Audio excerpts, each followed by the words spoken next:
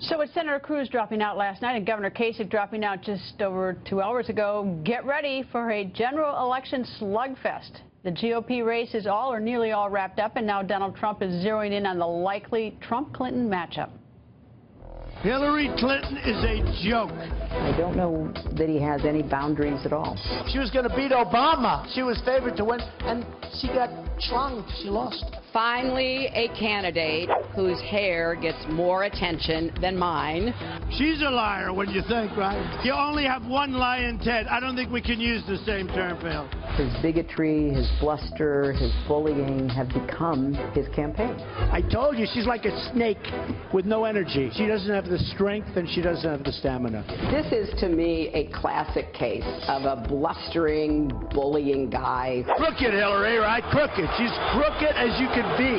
Crooked Hillary. And to think they were friends. Now, how wild will this election ride get? Should we fasten our seatbelts now? Former Speaker of the House, Newt Gingrich, goes on the record. Good evening, sir. Good evening. This will be brutal. I think it will be one of the wildest elections in American history.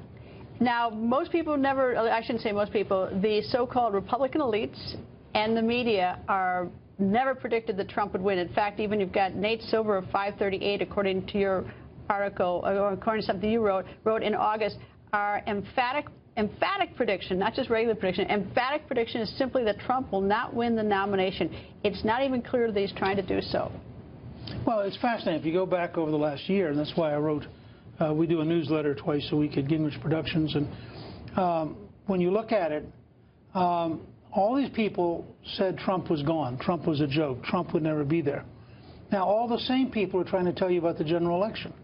And you have to start by saying, since none of them understood Trump up through winning the nomination, why would you believe they have a clue what the general election is going to be like? How did so many people get it so wrong? Because the American people are really unhappy. And that's why I think we're Bernie's surge. You know, the turning point for me, and Ross Worthington, who works for me, went back and found that I'd said in September that Trump would probably be the nominee. And the turning point for me was the night of the first Fox debate, when Trump had a collision with Megyn Kelly, and Frank Luntz did this focus group, and they all said Trump had lost, and everybody in the mainstream media got together and said, oh, Trump lost. And then you watched on Facebook and Google and Twitter, and Trump was winning by 65 or 70%.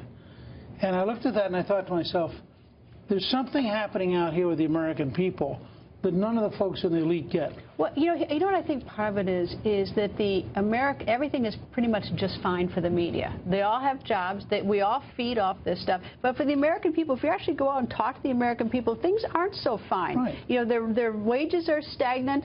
Things aren't great. And it's like nobody ever bothered to go out and talk to them. Well, and I think when you start talking to people of every background, you find that, in fact, whether you're African American or Latino or Asian American, whether you're a millennial or you're a grandparent, there's this sense of anxiety about what's coming next, what's going to happen. And I think Trump intuited that, really communicated it. And he's been, if you'll notice, he's been gaining strength. I mean, it's, you know, for a while they said, okay, he's got 35%. He'll never get 50. Now he's got 60. But he'll never be able to beat Hillary. Well, my question is, how could anybody possibly be that certain, considering how wrong they were the whole time? And as an aside, is that Jimmy Carter in 1980 was winning right now, and Reagan won by 10 points in November. But one last quick question. Any interest in being vice president? Because Donald Trump says he wants someone who has a background in politics. Oh, he had all sorts of nice words to say.